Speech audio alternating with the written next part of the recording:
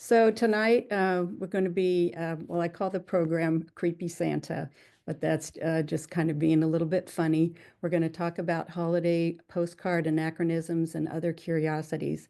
I like to collect holiday postcards because I like to see how back in the day people celebrated holidays, the different cultures, traditions, and even some of the sense of humor. But when we look back on these old-timey postcards from our modern perspective through, with our present day values, we might find some of them a little bit unfamiliar or possibly even a little creepy. First, we'll talk about I'll show some New Year's postcards. At the time when postcards were really popular, icons, symbols, and anthropomorphism were frequently used to illustrate holiday postcards, and symbols of good luck and prosperity were common themes for particularly New Year's cards. So in a lot of the cards, you'll see pigs, and you'll see pigs doing human things. And I did a program on good luck symbols because people back in the turn of the century seem to really have quite an affinity for good luck charms and thinking that things could add to their luck in life. And one thing I missed back then was that there were a lot of clowns on postcards. And so the more clowns that I saw, particularly clowns with pigs, I thought, well, maybe, were clowns also good luck symbols? Indeed, I started looking into that. And historically, clowns were considered lucky. Court jesters and fools were considered to have special blessings from the gods, which made them good luck charms. And this stems from their ability to evoke laughter, which is often viewed as a positive force. But when I looked at these old-time cards where you've got some funny-looking clowns, and they're dancing with a pig, if you were to look at that today, you might think that was awfully odd. And the pig, maybe you would know that that was a symbol of good luck and prosperity, but I don't know how many of us today uh, equate clowns with good luck. But they certainly were on these old-timey postcards. And so you had the clowns and the pigs. And, this one does have a four-leaf clover, which we recognize as good luck. But they made for some pretty odd postcards. But you'll certainly see a lot of them when you are looking at the holiday postcards for New Year's. And here we've got a clown and a little child clown on the left. And what's on the ground are some pigs and some empty champagne bottles. So it looks like we've been feeding these pigs some champagne, and now they're passed out pigs. And I don't know if animal rights activists today would be very happy to see that we're making fun of having given alcohol to pigs. Here on the right, we've got a card, and it just has a clown, and he's celebrating the new year. So definitely we can assume that the clowns were interpreted back in the day as a symbol of good luck for the new year. And another kind of strange card that I've come across is snowmen, but there are definitely some different types of snowmen, not our Frosty the Snowman. And we've got some very ominous looking snowmen on the left there chasing a young woman, and that's a Xavier Sage illustrator. And then on the right, that snowman's a little creepy looking. He's got kind of a toothy, scary looking grin, but I guess it isn't chasing off the young woman because it looks like she possibly might be wanting to give him a little kiss, believe it or not. Another thing you come across a lot with New Year's postcards are children drinking alcohol, which might seem a little odd to us today. And of course, the child is supposed to represent the New Year's baby or the new year, but still, in our modern day sensitivities and sensibilities about children, I don't know how much this would fly to get a postcard showing children drinking alcohol. But they were certainly very popular cards, and you'll find them a lot if you're looking at greeting cards. And so I guess we shouldn't wonder too much that if we're going to feed alcohol to the children, that they might grow up and have a little problem with the alcohol in adulthood. So we've got these Happy New Year's cards that are kind of making fun of the fact that people overindulge on the new year. And we have this finely dressed gentleman who's passed out in a snowdrift. One other thing that I like to look at on cards are maybe some more subtle messaging. And in this card, you'll see this broom sticking out of the pile of empty alcohol containers and garbage.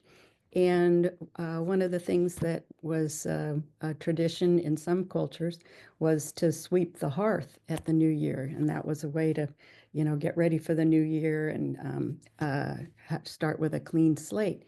And so this series of cards, it does show a broom, but a broom is being used in a different manner. The wife is going to whack the husband over the head because she's unhappy that he's come home drunk. And this man, he didn't even make it home.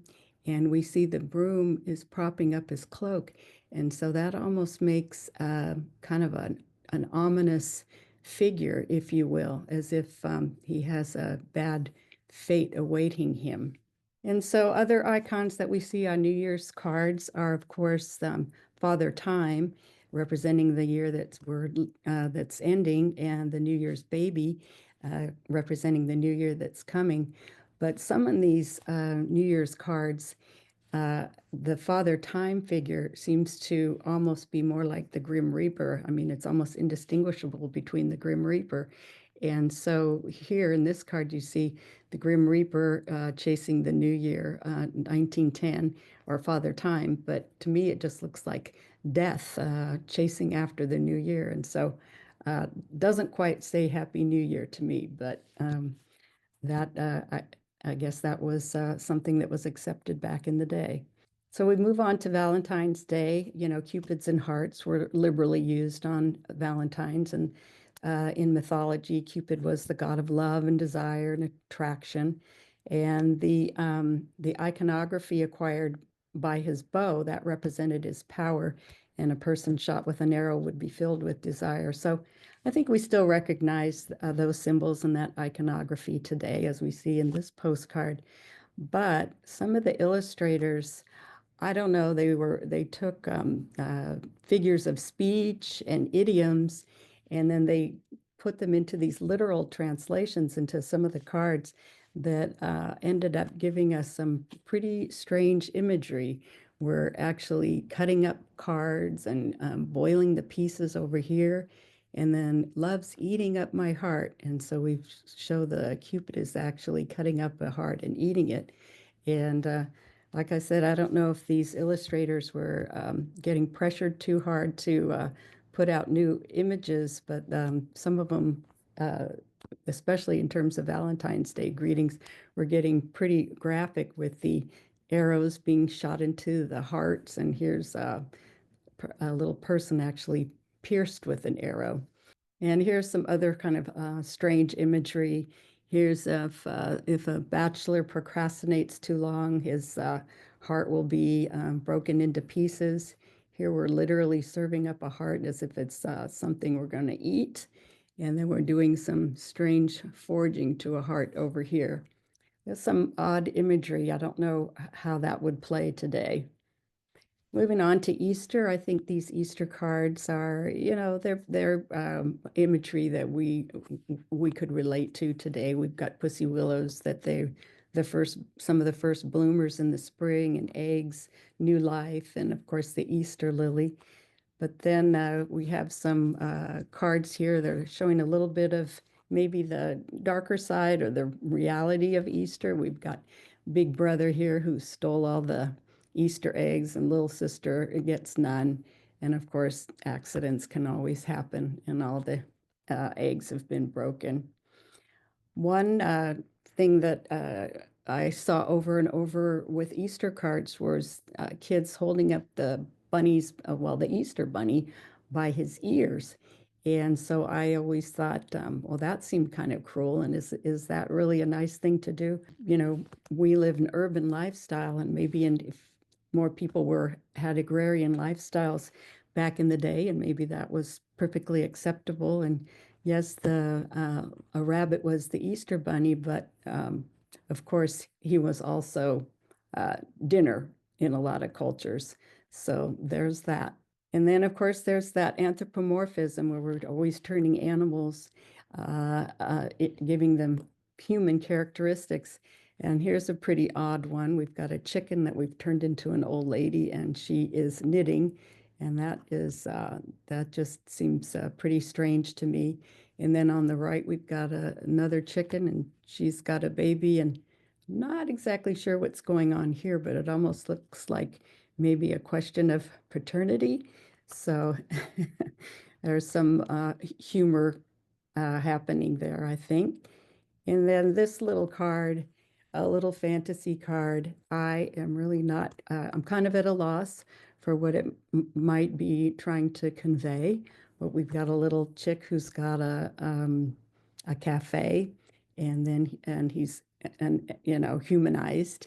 And then here's a little guy who's actually handicapped, who's coming to the cafe. So who knows, just a lot of fantasy and whimsy in these older cards. Moving on to the 4th of July are some lovely postcards illustrating children celebrating the 4th of July. And but we also find a lot of cards where we see kids that are unsupervised. You don't see a parent around playing with fireworks. So children playing with fireworks, well, what could possibly go wrong? And even in a supervised position where we've got the mother there on the left, doesn't look too concerned that there's a massive conflagration happening.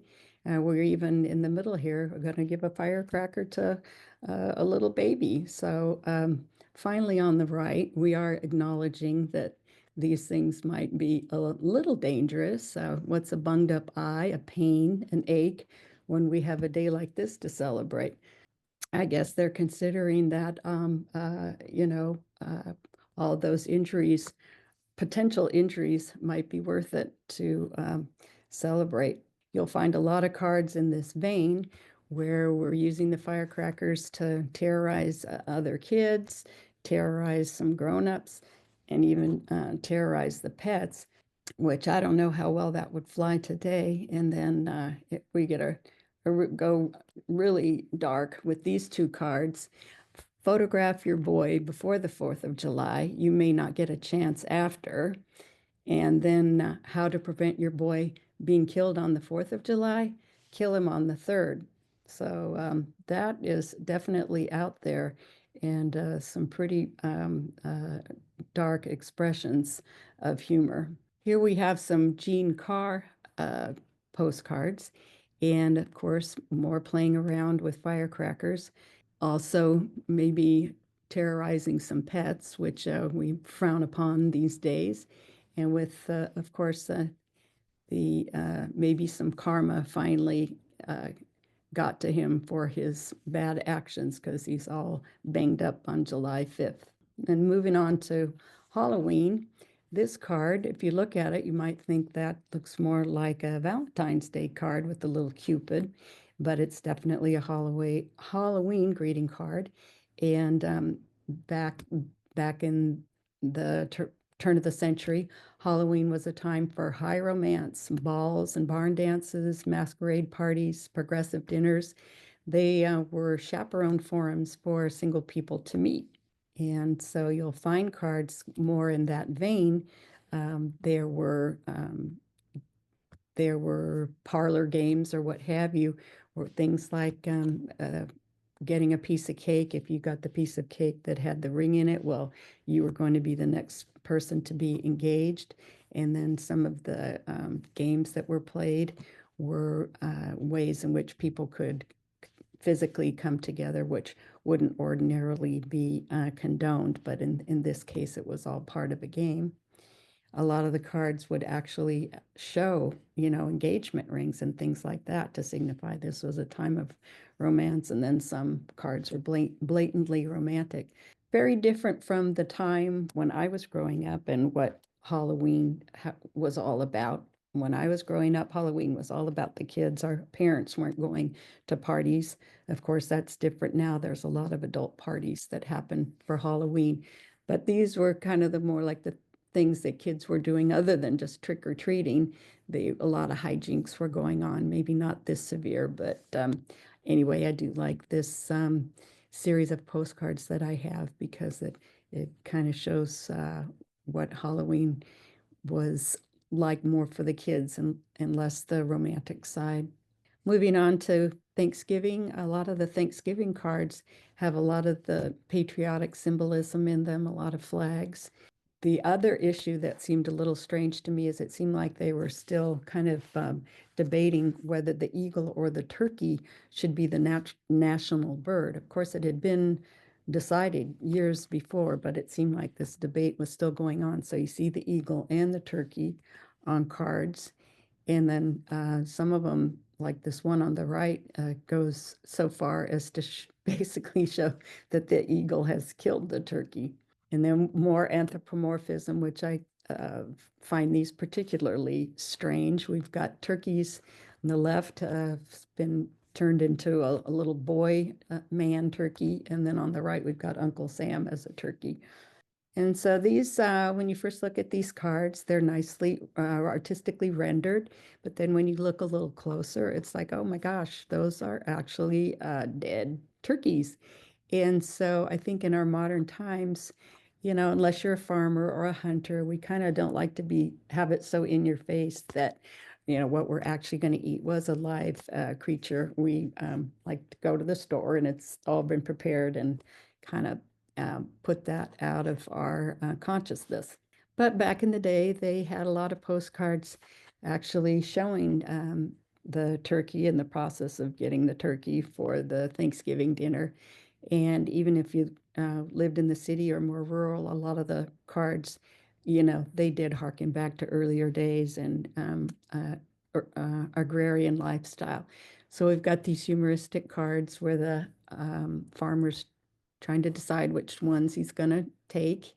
And then on the right, the little turkey says, yeah, that's right, keep it up.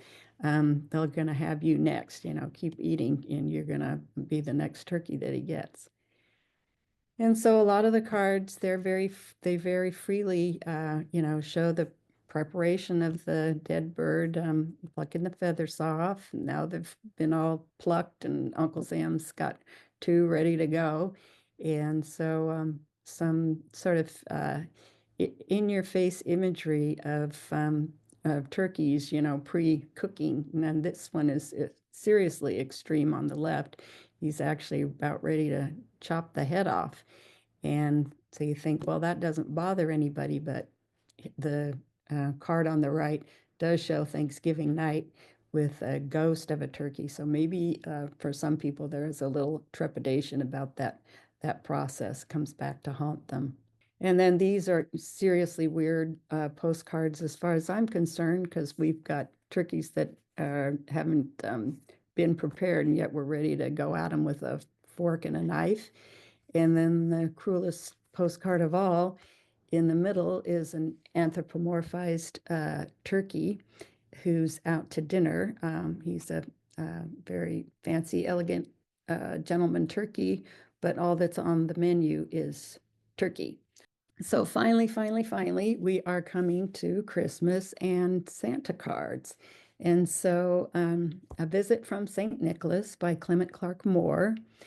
That is a poem that we, more familiarly know as "'Twas the Night Before Christmas," is kind of gives us the backstory for our Santa Claus legend, or our Christmas legend, and you'll find a lot of parts of the poem of the story on postcards, like this one here on the left. And so you'll see postcards here, some children all snug in their beds. We've got Santa filling the stockings. And the stockings were hung by the chimney with care, with hopes that St. Nicholas soon would be there. You'll see that on these cards. And I like this set of cards because all the stockings, here are the same with the same toys and the same fireplace. We've got Santa filling them and then the kids finding them. And so, the poem tells us that Santa drives a miniature sleigh with 8 tiny reindeer. He can go up and down the chimney. And I was seeing a lot of cards with Santa touching the side of his nose and winking. And I was a little confused by that till I remembered the poem. And it's, oh yeah, a wink of his eye, a twist of his head, and he can lay his finger to the side of his nose and up the chimney he rows. So that's Santa's magic. That's how he gets up and down the chimney.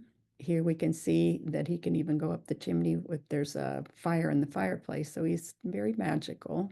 And the political cartoonist Thomas Nast drew on Moore's poem to create the first likeness that matches our modern image of Santa. And the illustration appeared in Harper's Weekly in 1881. And it shows him as a rotund, cheerful man, full white beard, wearing the red suit. What could possibly go wrong? What could be creepy or weird about that guy, right? Well, Merry Christmas, ho, ho, ho. Here we have on the left some little kids that are going to visit Santa at the department store. And little sister or big sister there, she knows the drill. It's not her first rodeo. She knows what's going on. But these little guys here, they do not know what's going on. They don't know why they're sitting on this stranger's lap, and it's very scary. Anything can be scary and creepy that's unfamiliar. So I'll put that out there before we go and look at more Santa cards. And here's another mid-century modern card here where we've got Santa peeking from behind the tree. And so that is an illustration of our notion that Santa, he knows when you're naughty, he knows when you're nice, he's always keeping an eye on you. But I think there's something a little inherently creepy about someone always watching you and you don't necessarily know about it. Here are some other old-timey studio cards. And I just think that, some of these Santas, they just look a little strange. And I wouldn't be surprised if these kids aren't crying, but you have to wonder if they're just a little scared about what's going on there. And so there are many variations of the Christmas gift giver. And we've got our Santa Claus, obviously, Father Christmas, St. Nicholas, and Père Noel. And so on the left here, of course, this is our Santa, quintessential Santa drinking his Coca-Cola. And then in the middle, that's more like what we would think of Father Christmas. And on right is St. Nicholas. And so, and this card depicts Bonhomme Noel or Père Noel. And Santa Claus can be traced hundreds of years to a monk named St. Nicholas, and he was the subject of many legends. He traveled the countryside, helping the poor and the sick, and he also became known as the protector or patron saint of children. And his feast day is December 6th. So Père Noel is usually wearing like a monk's robe, and so that's why he's depicted that way. And so one of the things that I notice about postcards showing the Santa or the gift giver of old is, and the difference that he has between, the Santa that we're familiar with, is a lot of them are not smiling. They're not the jolly old elf. And even though this guy's in the red suit like Santa, and it says a world of joy, he does not look very joyful in this postcard. And this guy's so frowny faced. He's even made his beard and you can see it through his beard and his mustache. And this guy looks positively angry. So that's, just a different kind of imagery or gift giver than what we're used to. And even some of these old-timey cards, even if they are smiling, there seems just to be something a little off about this series of cards about this Santa with his green gloves.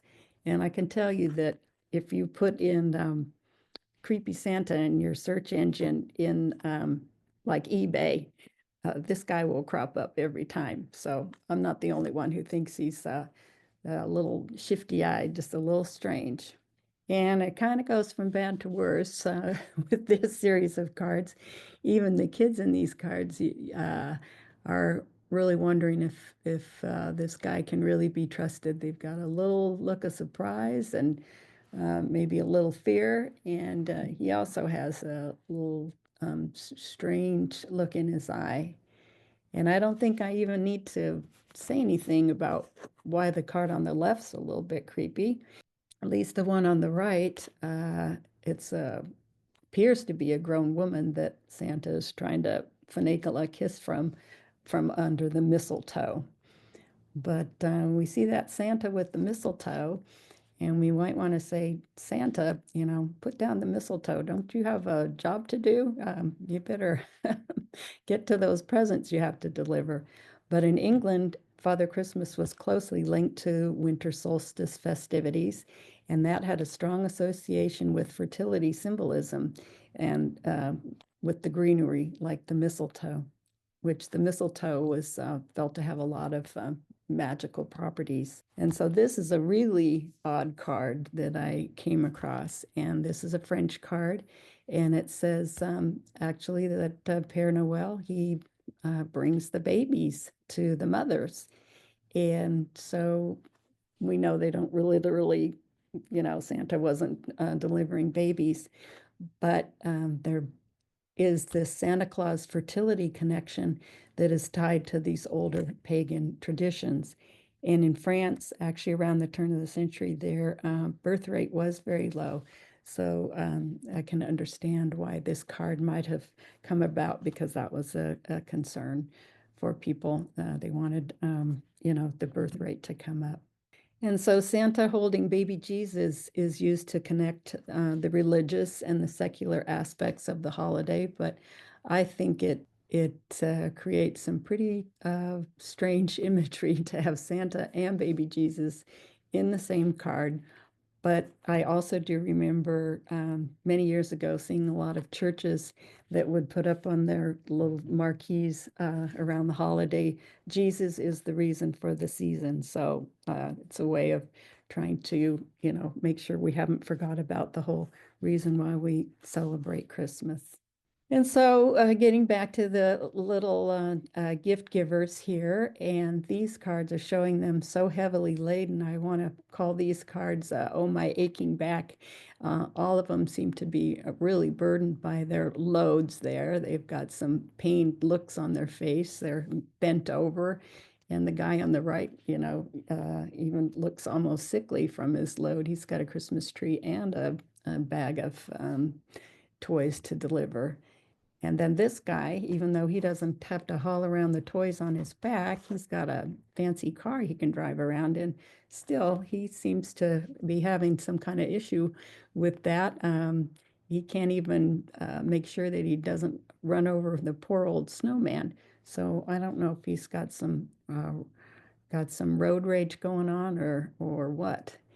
And then this Santa here, well, maybe he just, the job is too great for him and he thinks he needs a little helper because he's got a bottle of pills or some elixir to take. And so he just needs Santa's little helper. But in this card, I think maybe he took too much, because now he is gotten a little wild and crazy, and he's going a little fast down that hill on that sled with all those toys. And oops, yeah, well, who couldn't see that that was going to happen? Now he's crashed. Maybe he's broken his arm. The little elves are trying to get things back together again. And it looks like he might have even given himself some black eyes. And who knows what was in that little bottle of pills, but now this little guy is telling Santa he's delivering a doll that needs to go to the girl next door. So he's kind of a little dazed and confused, maybe still from the accident that he just had. And in this card over here, he's got some funny hairy looking gloves on, but are those gloves? Because they actually have some claws or some nails on the end of them. So who knows what's going on there. I hope he's not turning into werewolf Santa. And now we're really getting extreme because Santa's gotten very desperate here. It says just the 25th comes but once a year, and hand over your purses. Don't try to interfere. So I think this card, in some ways, we can probably relate to that because who of us has not felt just a little bit taken for all we're worth at Christmas time? There's so much pressure to spend, spend, spend. And then Santa over here on the right, well, all that all that larceny there, something's happened. Now the law's after him, and he's taken up with a band of actors, and we know what bad characters they are.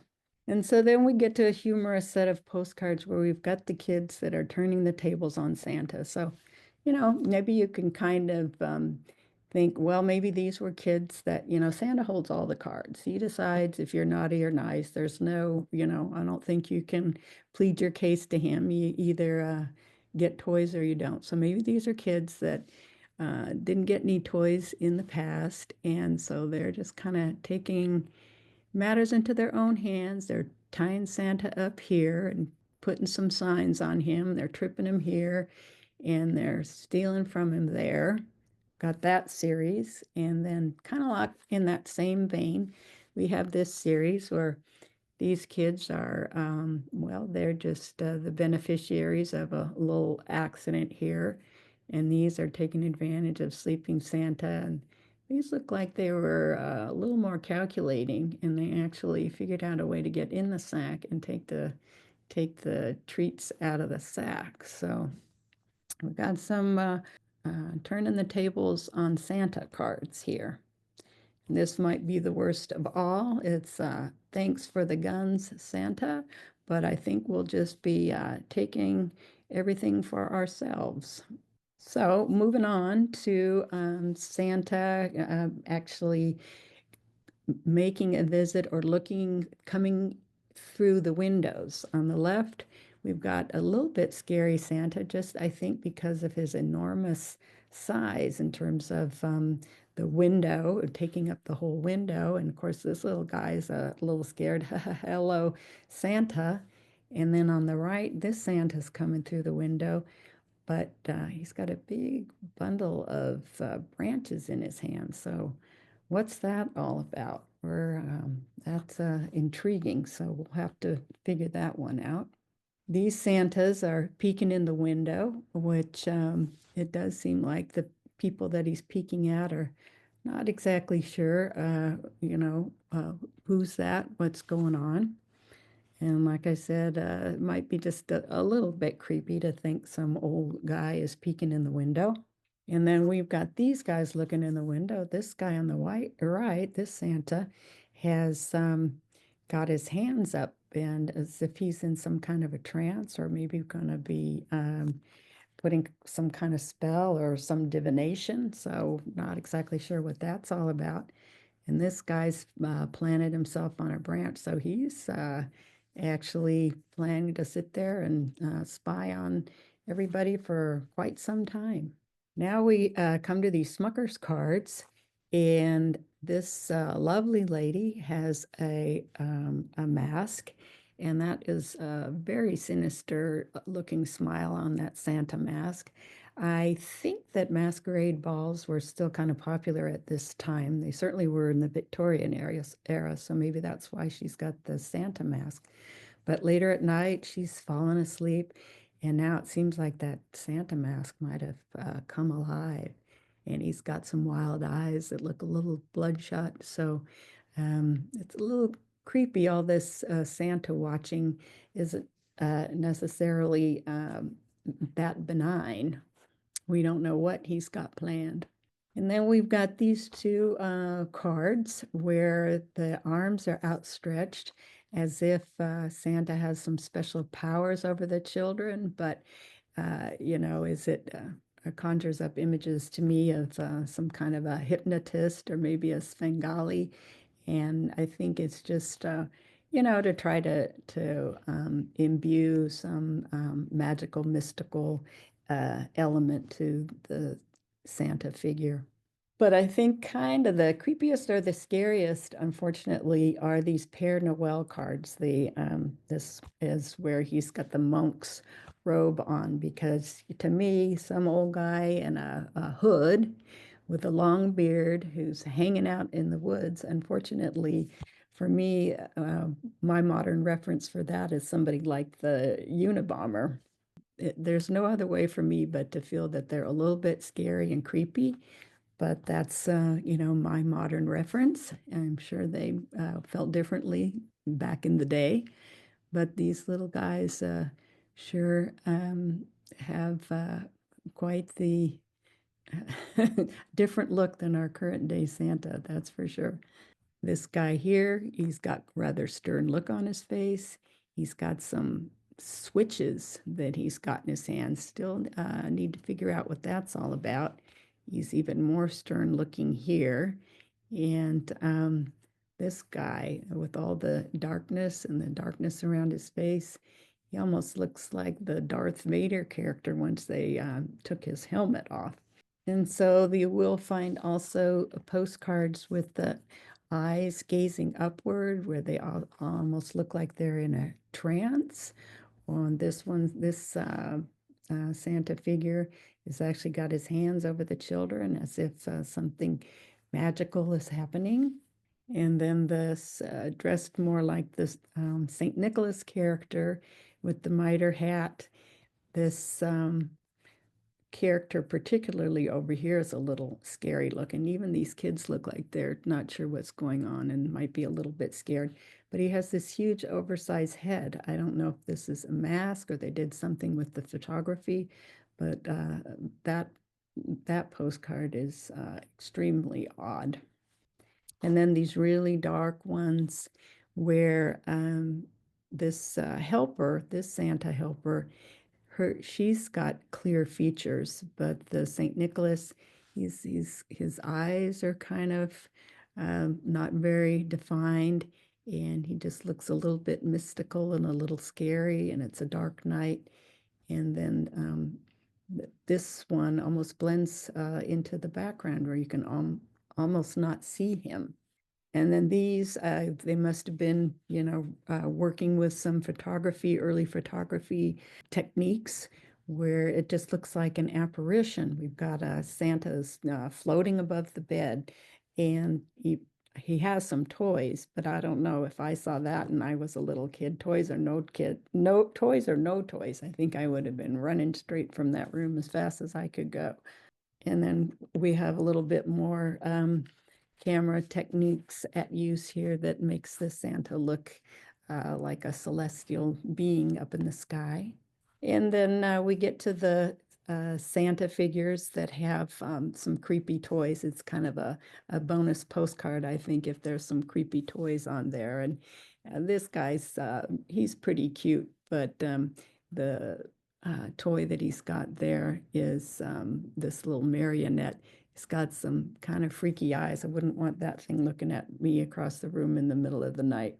And then oftentimes the creepy toys are sort of strange and creepy looking dolls. I don't know if when I was a little girl, if I'd want to be playing with too many of these dolls. I think they would creep me out pretty bad. And in this card, we've got a funny looking nutcracker, I guess, and it looks like he's even missing some teeth. And then here, this Jack in the Box. Well, he's kind of a strange looking character, looks more like a devil. And we'll talk about that little creature in just a bit. So, our Santa Claus, we hope that Santa Claus is going to be good to us. If he's not, well, we don't get any toys, or we might get a lump of coal in our stocking. But in other traditions, it's a little bit different.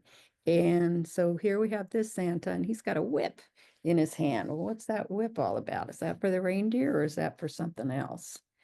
And so we can see in these cards, yeah, Santa's got that bundle of birch branches again. And this little boy seems to be wondering, please, Santa, can I have a toy?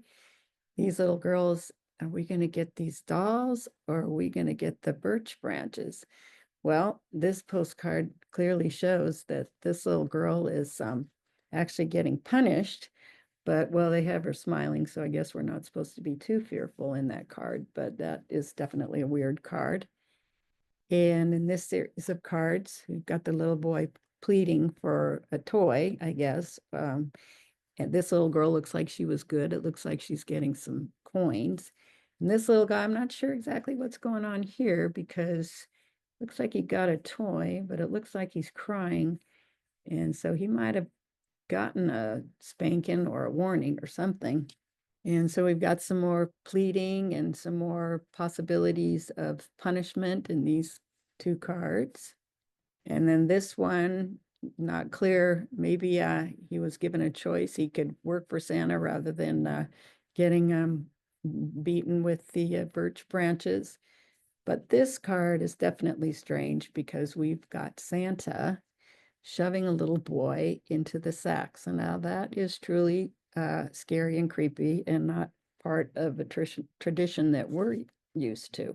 St. Nicholas had an assistant who did the dirty work for him. So there could be like good cop, bad cop, and he did the punishing of the children. And this bogey-like character goes by different names in different parts of Europe, and his attributes varied. So there was Zwarte Pieta in the Netherlands, Black Peter, Per Fouettard in Lorraine, Father Flogger, and Krampus in Bavaria and Austria. And there were other bogeymen like punishers, but these are ones that I found frequently in postcards.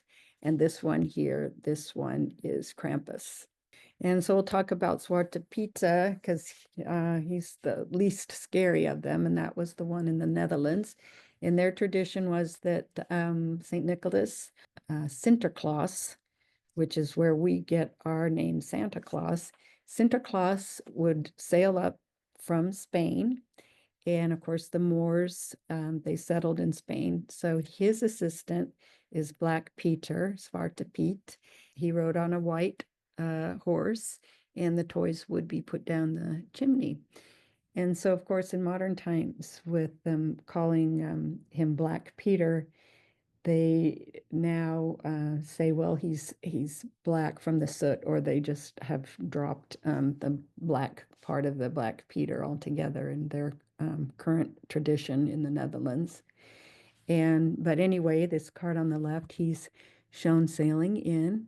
And for if you're good kids, of course, you get presents from St. Nicholas, Sinterklaas. But if you're bad, then Zwarte Pieta takes you back down to Spain, and you've got to help the Zwarte Piet make the toys for the good kids, and then you can come back the next year. And then the card on the right is Santa Claus recording the good kids and the bad kids in the big book. And then the French version of the Punisher, Père Fouettard, the flogger, he is shown in a lot of postcards taking the children away. And that backstory for him is kind of gruesome. In a time of famine, some kids were looking for some food, and they came to a butcher's house, and he killed them and cut them up to put them in brine to pickle them. But St. Nicholas heard of this, and he revived the children, brought them back to life. But as penance, the butcher had to be then the punisher of the children. He became Père Fouettard. And here's some more cards where he's hauling them away. They either spank them or haul them away. And different traditions explain what happens to them when they get hauled away. But probably the worst is Krampus. And he's this kind of goat figure with a long serpent tongue and horns, hairy creature. He takes the children, he can punish the children, he can take them down into hell, or he can eat them. And that's a truly frightening prospect. Here's some different cards by the Wiener Werkstatt. That was an arts and crafts group. They had a particular style for their postcards. Obviously, these stories of this Punisher was all in a way to make the children behave, be good so they could get their presents. But some of these stories seem to be extremely severe, and I can't help but wonder if they weren't truly traumatizing. And it's kind of surprising to me how many postcards show this Punisher, and they're, pretty graphic. So this other one, obviously, the moral of the story is be good or you'll be sorry. And so I'm so happy that they decided not to have a Punisher for our Santa Claus. And we go back here to our mid-century modern picture of our little Santa. He's all done delivering the toys, and happy Christmas to all, and to all a good night. Okay, all done. That's wonderful. That's wonderful. Thank you so much, Lauren. That was great. We've got a few comments that people typed on, but we have such a small group. I think, I'll just kind of let them speak for themselves. One thing that I noticed, and actually Clarissa brought this up, and I'll ask you for both of us because I noticed it too. A lot of the Santas were dressed, had the like a bishop's hat on, and I'm wondering if there's some religious tie to that. I would imagine there would. That's the St. Nicholas. Yeah, Santa Claus is taken from Saint Nicholas, who was a bishop in what is today Turkey. And then he was very generous. The legends say that he gave money for dowry to some of the friends. So you can find him with three girls that he gave money to. And so that's where the legend started, that he was very generous. And he's buried in Italy, by the way. He was transported after death because Turkey is no longer Christian. So exactly. Yeah, so some of them maintained his when he became a saint, that sort of clothing. But like the Père Noël he had been he'd been a monk before that, before the sainthood. So then that's why the Père Noël character has the monk robe. Yeah. So our Santa Claus is an invention more modern, is 1800s, like Lauren said about, and the fact that he's all reds with white streams is an advertisement from Coca-Cola at the beginning of this century. That's right. That's why I put the Coca-Cola one in there, because the red and white, that's the same Coca-Cola. That's where it came from. It has nothing to do with, it's been a completely transformation. Yeah, well, it's also with the Thomas Nast illustration. Right. But that's it's contemporary. Yeah. And what I read also, the reason that we don't have a Punisher, we don't have that Krampus or whatever, is it for advertising purposes, just said, oh yeah, let's get rid of that, But not all the country have. Italy doesn't have a Punisher either. Right. Yeah. And we usually don't have Santa Claus. We have the Befana. Befana, right. The little old lady. Yeah. The little old lady that gave the toys, and we don't have a Punisher either. Yeah, I looked up her story before. It's pretty interesting. Something about the Magi coming by, and she's too busy cleaning the house or something. Correct. Cleaning the house, and therefore she doesn't want to follow them. And eventually she changed her mind. That's right. Tried to follow them, but too late. So she started flying on her broom, and then not ever finding Jesus. She gave toys to everybody just in case that might be the kid. So that's right. That's right. I like that one. But it's on the 6th of January. Yes. A lot of the traditions celebrate on the 6th, and actually in the Netherlands, the kids get their gifts on the 5th, so the day before the feast day of St. Nicholas. Yeah. Oh, December. That's in December. I mean, what did I say? December 5th. That's December because it's St. Nicholas. While in Italy is Magi arriving to Christ, so it's on the 6th of January, Oh, the 6th of January. Yeah, the Epiphany. the Epiphany. A Yeah, month. my mom said that was the day. My mom had German ancestry. She said that was the day they took down the Christmas tree, was Correct. on 6th of Correct. In January. Italy too. I don't Well, think I. while he's unmuting, I just want to say that's a beautiful collection of cards. Oh, And yeah, definitely. the points you mentioned were very interesting. Yeah, Well- I put for your information on the chat. If you look, a link. Otherwise, I can send it to you. A link on a YouTube video that I found phenomenal about the how Christmas came about, and Oh, thank you. starting from the pagan times, which is a lot of characteristics. Yeah, what thank we you. celebrate today.